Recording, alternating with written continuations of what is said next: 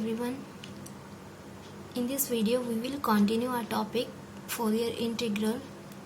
जैसे कि आपने देखा होगा लास्ट वीडियो में हमने डिस्कस किया है कि फोरियर सीरीज़ की हेल्प से हम फोरियर इंटीग्रल फार्मूला कैसे डिराइव करते हैं. ठीक है, तो डेरिवेशन हमने कर लिया, वो इंटीग्रल फार्मूला का यूज़ करके हमने उससे रिलेटेड क्वेश्चंस डिस्कस करने हैं. तो देखिए first question, let f of x is equal to cos x when x is lying between 0 and pi, and if x is less than equal to 0 then fx is 0, and if x is greater than equal to pi then fx is also 0.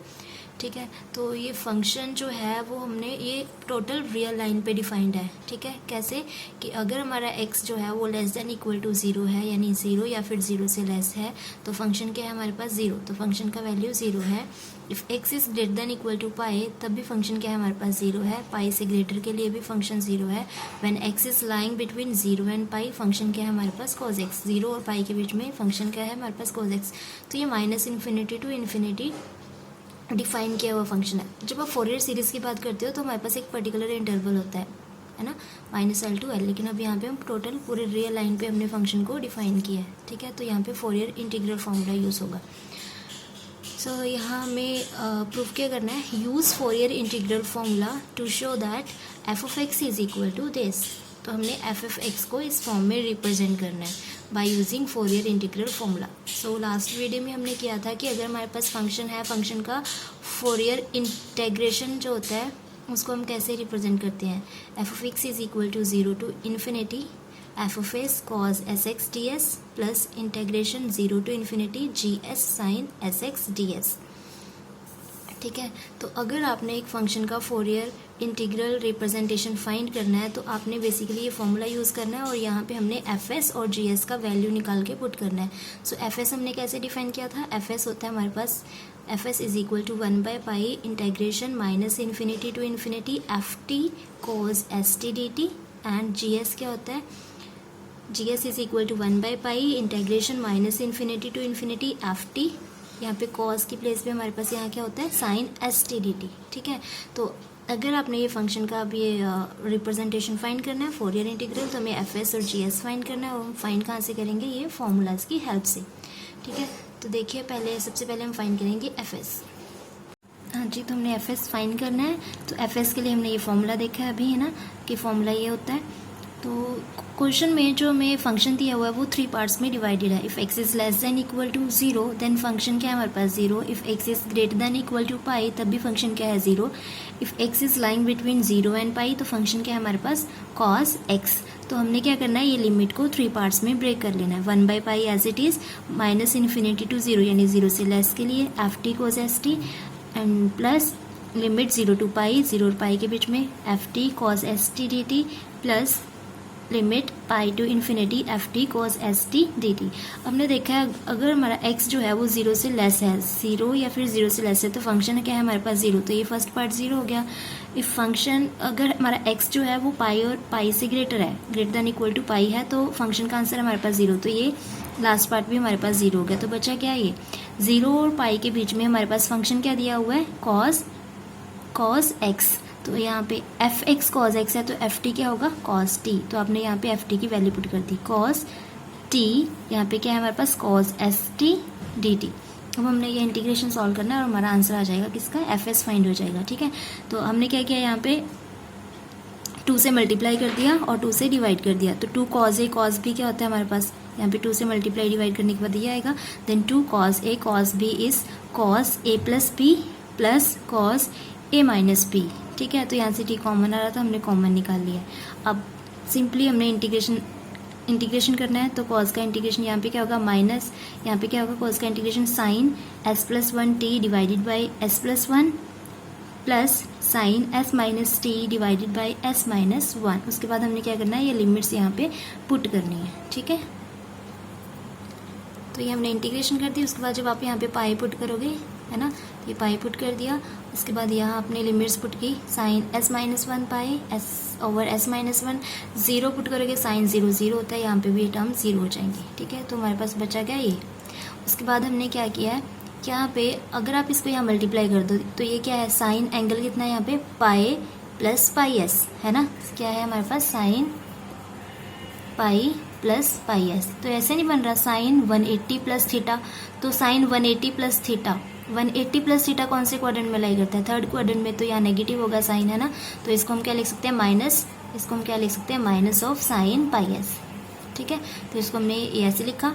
Similarly ये क्या बन रहा है हमारे पास, अगर आप यहाँ से माइनस साइन कॉमन निकालो, यहाँ से माइनस कॉमन निकालोगे तो साइन ऑफ माइनस थीटा क्या होता है, माइनस ऑफ साइन थीटा, ठीक है। तो ये क्या बन रहा है हमारे पास, साइन, अगर आप माइनस कॉमन निकाले यहाँ से, पाई माइनस पाई एस,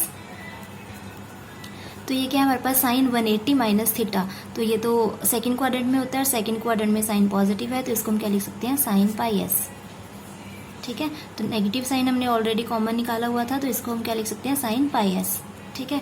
तो ये ऐसे ही आ जाएगा हमारे पास यहाँ पे। अब यहाँ से हमने नेगेटिव साइन कॉमन निकाल लिया, कॉमन निकालने के बाद यहाँ से साइन पाई एस जो है वो भी कॉमन आ रहा है, ठीक है। उसके बाद यहाँ पे बचा क्या हमारे पास, 1/s + 1 plus 1/s - 1, LCM choose करने पे आप सॉल्व करोगे तो ये आ जाएगा। इसको हमने सॉल्व किया, यहाँ 1 से 1 कैंसिल आउट हुआ, तो ये आ जाएगा -1/2 पाई 2s/s² - 1 साइन पाई एस, ठीक है। यहाँ 2 से 2 कैंसिल आउट हो जाएगा, तो हमारे पास ये आ गया आंसर। ये हमारे पास है एफ का वैल्यू, ठीक है। सिमिलरली हमने क्या फाइंड करना है, हमने GS फाइंड करना है। तो GS के लिए फॉर्मूला क्या है हमारे पास, GS = 1/पाई integration -∞ to ∞ FT sin ST dt।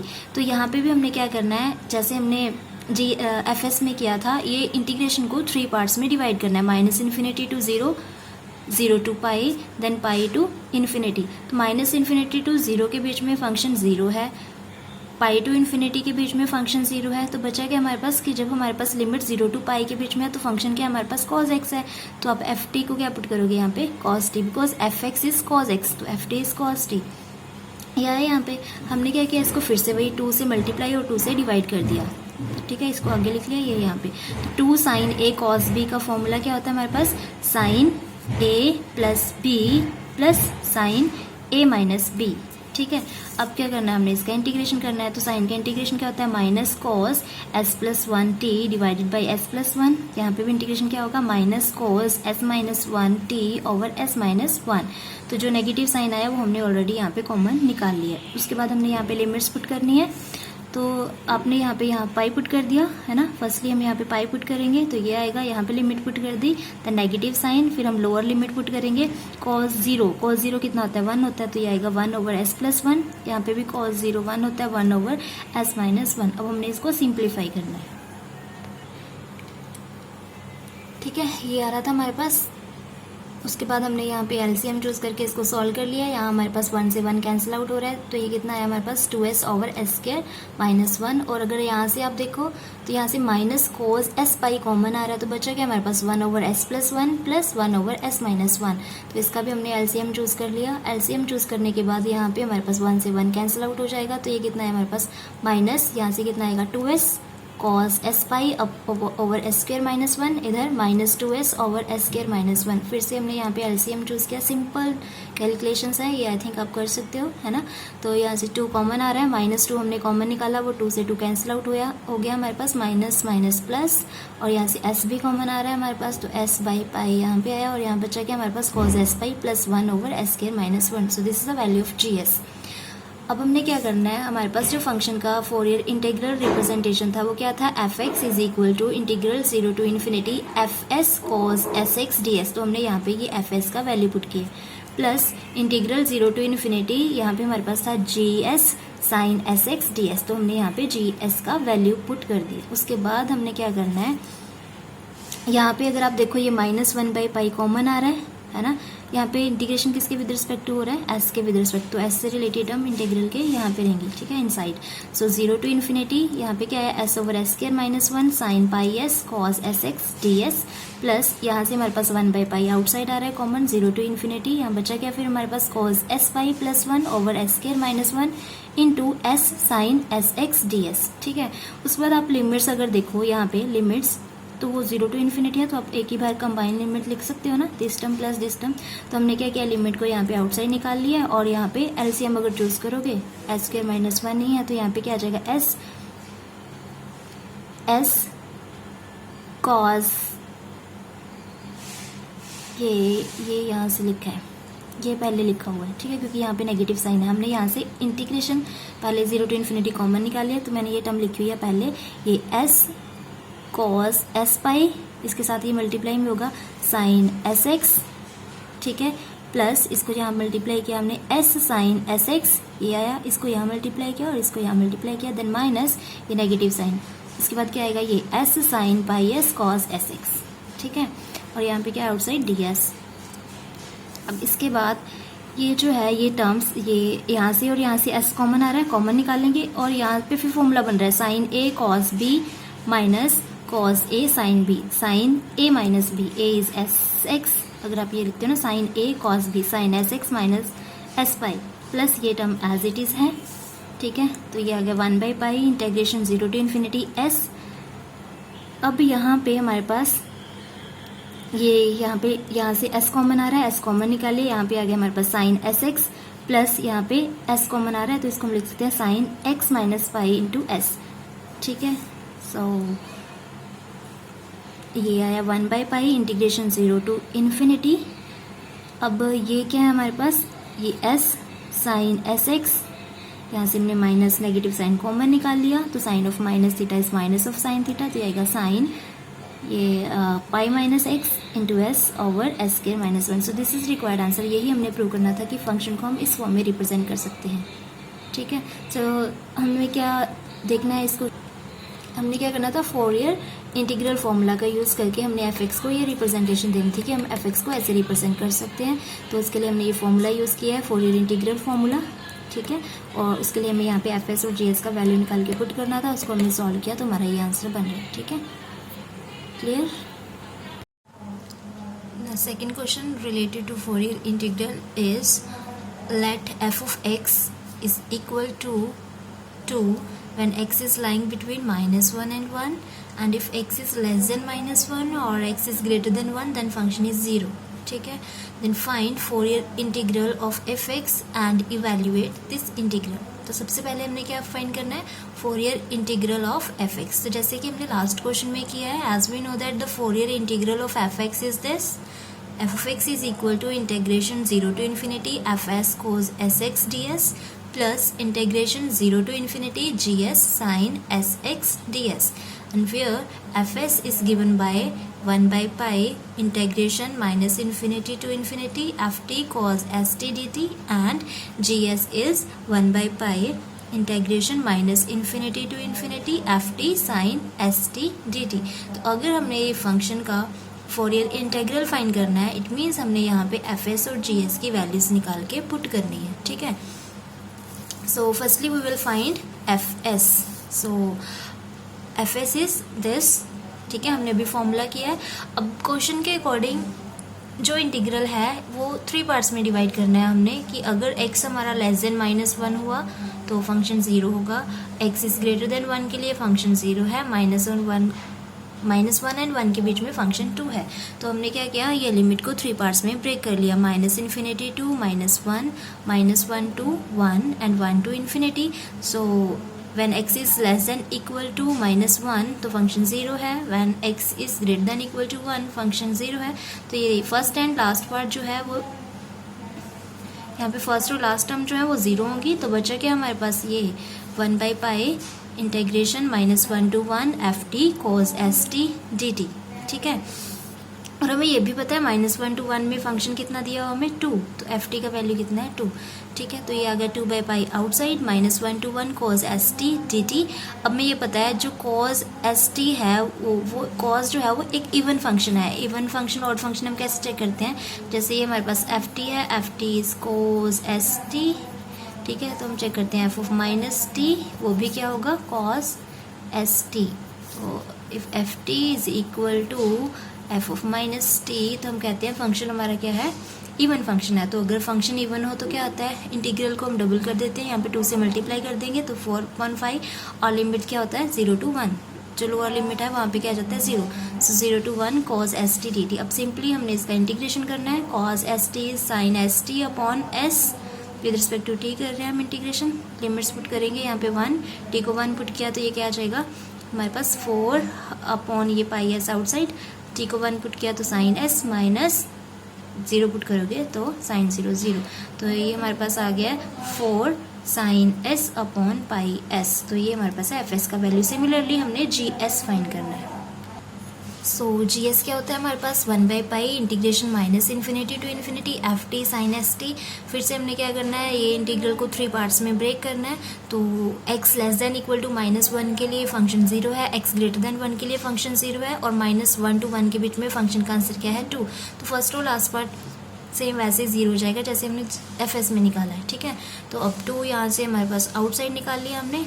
ठीक है, अब लिमिट क्या है हमारे पास -1 to 1, और sine s t is odd function. अगर फंक्शन ऑड होता है तो उसका इंटीग्रेशन क्या होता है हमारे पास 0। ठीक है, ऑड फंक्शन हम कैसे चेक करते हैं, ये एफ ऑफ टी हमारे पास है साइन एस टी, तो हम निकालते हैं f of minus of t, ये क्या है हमारे पास minus of sine s t. तो अगर हमारे पास एफ ऑफ माइनस टी जो होता है वो माइनस ऑफ एफ टी के इक्वल हो तो फंक्शन ऑड होता है। तो यहाँ पे यही है ना, ये f of minus t is equal to minus of f t कितना है साइन एस टी। तो एफ ऑफ माइनस टी का आंसर यही तो बन रहा है ना। तो फंक्शन ऑड है तो इसका आंसर 0 होगा। तो जी एस हमारे पास क्या आ रहा है 0।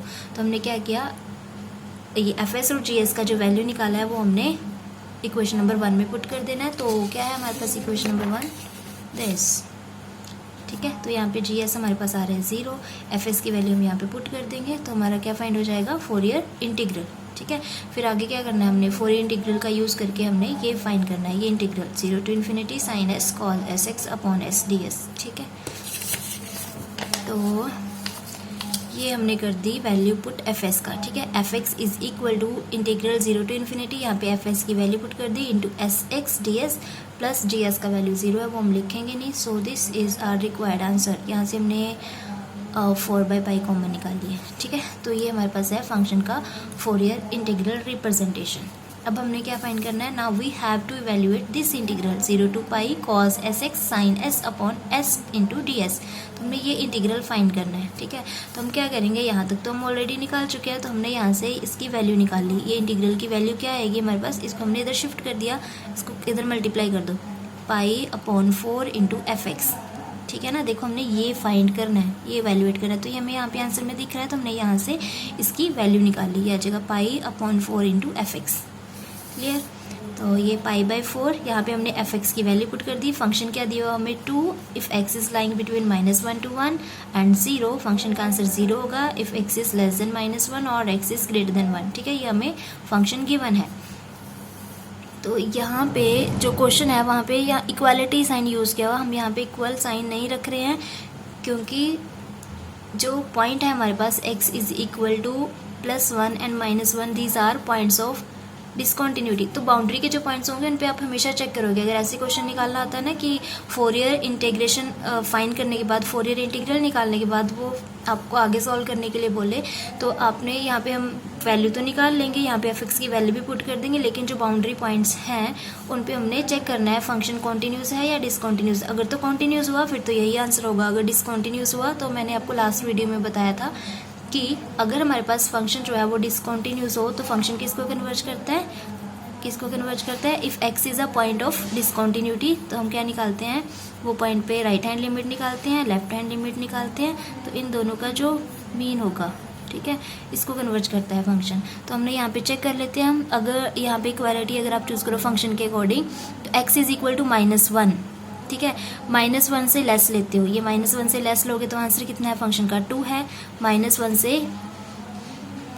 से ग्रेटर लेते हो तो 2 है, -1 से लेस लेते हो तो उसमें फंक्शन का आंसर क्या है 0 है। तो फंक्शन तो डिसकॉन्टिन्यूस है -1 पे। सिमिलरली 1 पे अगर चूज़ करते हो, अगर आप लेफ्ट हैंड लिमिट निकालोगे तो आंसर 2 आएगा, और 1 पे अगर राइट हैंड लिमिट निकालोगे तो आंसर 0 आएगा। तो फंक्शन क्या है डिसकॉन्टिन्यूट, कहाँ पे डिसकॉन्टिन्यूस है 1 एंड -1 पे, ठीक है। तो ये हमने एज इट इज़ अभी लिखा हुआ है, ये एफ एक्स की वैल्यू पुट कर दी, यहाँ पे पाई/4 से इसको मल्टीप्लाई कर दिया, तो यहाँ पे क्या आ जाएगा पाई/2, और पाई/4 को 0 से मल्टीप्लाई किया 0, यहाँ तक तो ठीक है। हमने चेक किया है x is equal to 1 and -1 are point of discontinuity. अगर पॉइंट ऑफ डिसकॉन्टिन्यूटी है तो फंक्शन क्या होगा, हमने फंक्शन की वैल्यू निकाल लेनी है इस पॉइंट पे 1 पे। एफ ऑफ 1 क्या होगा, फिर एफ ऑफ अपने 1 पे राइट हैंड लिमिट निकालना है, लेफ्ट हैंड लिमिट निकालना है और 2 से डिवाइड करना है। सो 1/2 एफ ऑफ 1 प्लस अपने राइट हैंड लिमिट निकालना है फंक्शन की हेल्प से। तो फंक्शन क्या दिया हमें, फंक्शन है हमारे पास ये 2 है if x is lying between -1 to 1 and 0 है if x is less than -1 और x इज़ ग्रेटर देन 1। तो राइट हैंड लिमिट क्या होगी 1 पे, यहाँ पे है ना x greater than 1, x is greater then 1, तो राइट हैंड लिमिट क्या आएगी 0। लेफ्ट हैंड लिमिट 1 पे, 1 से लेस देखना है, तो यहाँ पे x लेस देन 1 तो 2, ठीक है, 2 से 2 डिवाइड किया 1, तो इसका f(1) का आंसर कितना है हमारे पास 1 है। सिमिलरली आपने f(-1) के लिए निकालना है, यहाँ पे f(-1) भी पॉइंट ऑफ डिसकंटिन्यूटी है, तो हमने -1 पे right hand limit left hand limit निकालना है और 2 से डिवाइड करना है, तो राइट हैंड लिमिट 2 आ रहा है, लेफ्ट हैंड लिमिट हमारे पास 0 है, तो इसका भी आंसर हमारे पास कितना आ गया 1 आ गया, ठीक है।